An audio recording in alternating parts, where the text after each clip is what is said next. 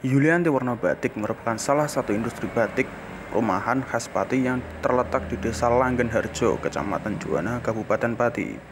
Industri batik ini sudah berdiri cukup lama dan dikelola oleh Tamziz Al-Anas bersama istrinya. Di sini kami akan berbincang mengenai batik bersama Pak Tamziz selaku pemilik Yulianto Warna Batik. Nama batik bakaran. Terus oleh pemerintah dikasih saran untuk dikasih nama batik bakaran. Ya ceritanya gini, kalau masalah itu kan kita itu kan mereknya Yulianti Warna Batik, ya kan. Terus kita kasih pelang batik khas Pati. Nah, pemerintah itu lagi mempromosikan batik Desa Bakaran. Gitu. Di Desa Bakaran itu banyak pembatik, pengrajin, tetapi tidak bisa ikut pameran, promosi produk ke luar kota kayak gitu. Akhirnya saya diajak. Nah, rumah kita itu bukan di Desa Bakaran gitu. Nah, di perbatasan. Nah, akhirnya kita diajak keluar tapi diminta tolong untuk membawa nama batik Bakaran gitu. Ya, akhirnya Yulianti Warna Batik Bakaran gitu. Sama kepala desa Bakaran Kulon mensupport, ya kan. Terus kita kasih info dan dipermudah untuk perizinan dan kegiatan pelatihan yang ada di Batu, dari pelatihan kerjasama dari dinas, pemerintah, dari Balai Batik Jogja, terus dari lembaga sertifikasi, ya kan, semuanya itu bersama akademisi juga dibantu oleh kepala desa. Sampai kita pameran ke luar negeri pun disupport, untuk di Vietnam, di Cina juga diarahkan sama kepala desa Bakaran Kulon sama pemerintah. Seperti itu, akhirnya terkenal kan. Nah itu batik Bakaran. Terus awal mula Pak Tamziz tertarik untuk menjeguri industri perbatikan itu gimana, Pak? Awalnya kita ketemu sama sosok namanya Yulianti Warna. Yulianti Warna ini adalah istri, waktu itu masih calon.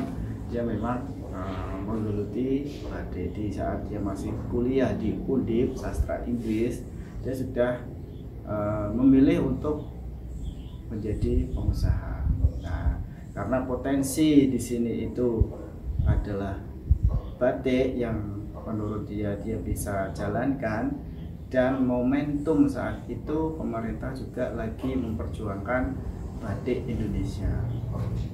Waktu itu kan lagi direbutkan oleh negara-negara lain, terutama negara Malaysia. Klaim itu ya Pak, klaim batik sendiri itu dari negara Malaysia. Iya, Pak, di Malaysia proses batik itu kan di negara-negara lain ada, cuma yang namanya sama itu Malaysia. Batik kalau nggak salah di Jepang itu namanya shibori. Nah, setelah itu 2007 lagi maraknya, waktu itu 2004 sudah mulai ramai, 2007 sudah dibikin seragam-seragam juga. 2009 yang ditentukan bahwa batik milik Indonesia tanggal 2 Oktober menjadi Hari Nasional Batik Indonesia.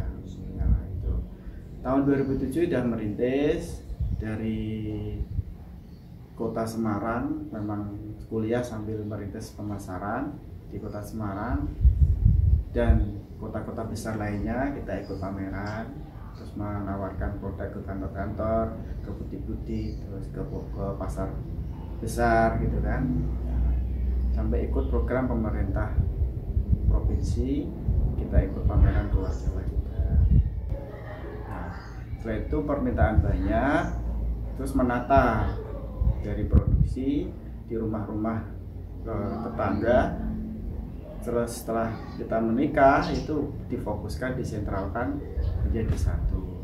Dulu di depan sana, di pinggir jalan yang ada toko itu, sekarang terus perkembangan semakin besar, kita buat lahan di sini, kita buka lahan di sini, kita buat produksi dan untuk wahana edukasi wisata batik.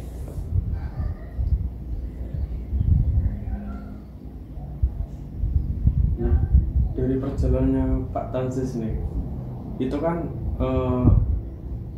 dari awal mula ketertarikan sampai sekarang berdiri home industri yang lumayan untuk batik ini, itu kira-kira ada nggak Pak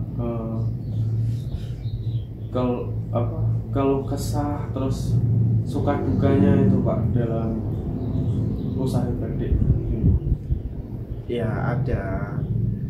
Di saat merintis usaha itu kita waktu lebih banyak berpikir, bertenaga, ya kan, terus modal juga kita gunakan untuk merintis usaha. Orang lain pada istirahat, kita masih mengurusi orderan. Di saat jam 12 malam kita online, ya masih orderan dari luar kota itu masih banyak gitu kan. Itu ya kita lakukan sampai pagi, kadang ya kan closing untuk mana yang dipakai kita kasih. Belum ada karyawan terus kayak sekarang kan, dulu masih saya sama istri, itu bagaimana? Cuma satu keluarga? Iya, saya sama istri toh. Ibu itu sama bapak kan beda profesi. Beliau itu perikanan,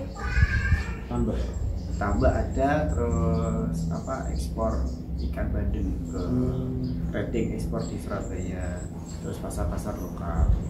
Dulu saya juga berkecimpung di sana 3 tahun untuk membantu, itu hanya membantu. Tapi karena batik semakin berkembang ya harus fokus, benar-benar fokus. Itu dulu kita belajar untuk batik sendiri itu di Jogja, di Balai Batik Jogja, sama pengrajin Pak Ruwadi, itu pensiunan Balai Batik Jogja. Terus Pak, namanya hampir sama, Pak Ruwadi juga tapi beda orang, itu juga pengrajin yang batiknya itu laku ratusan, jutaan itu. Kalau yang menjual orang lain itu sampai ratusan juta tapi ke luar negeri. Jadi ada orang lain bisa menjualkan lebih mahal lagi gitu. Jadi bagaimana sih untuk bisa menjual batik bernilai gitu.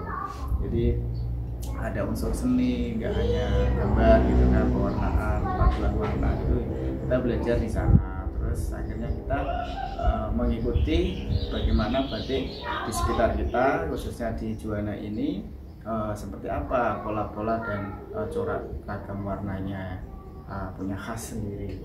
Memang di sini sama Jogja beda, di sini itu lebih gelap, warna sogan, warna wedelnya itu lebih gelap daripada Jogja Solo. Terus corak motifnya juga beda, di sini lebih banyak bunga-bunga dan ikon daripada pendapatan di sekitar pesisir seperti Kudang, Bandung kayak gitu sering digunakan. Terus motif klasik masih dilestarikan dengan corak tadi agak gelap wedel sogannya.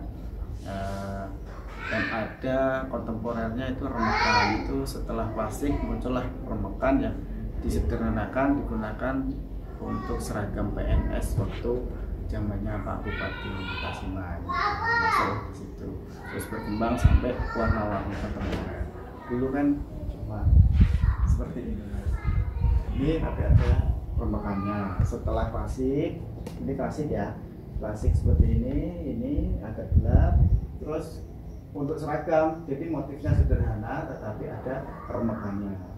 Nah setelah ini muncullah ini dasar tetap putih tapi ada warnanya di motif bunga.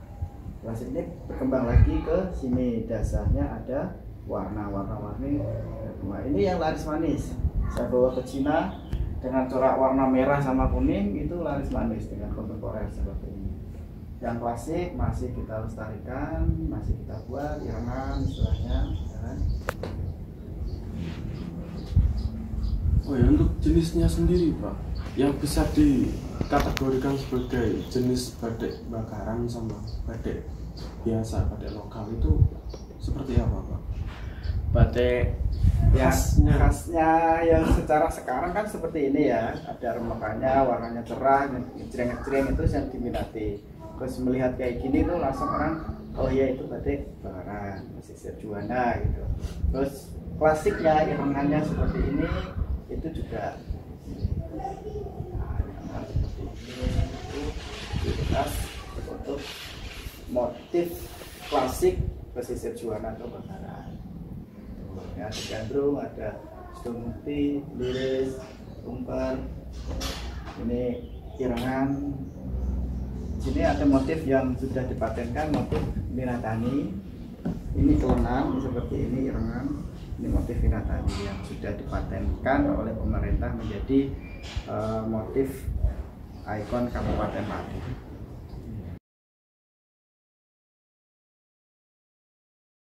Saat ini perkembangan dari pasar industri batik sangat pesat dan mulai digandrungi di kancah dalam maupun luar negeri.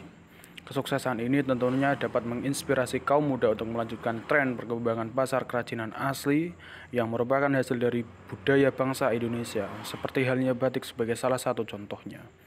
Saya Muhammad Arun Aglul Muna, pamit undur diri, tetap jaga kesehatan di masa pandemi ini. Sampai jumpa di lain kesempatan dan salam lestari.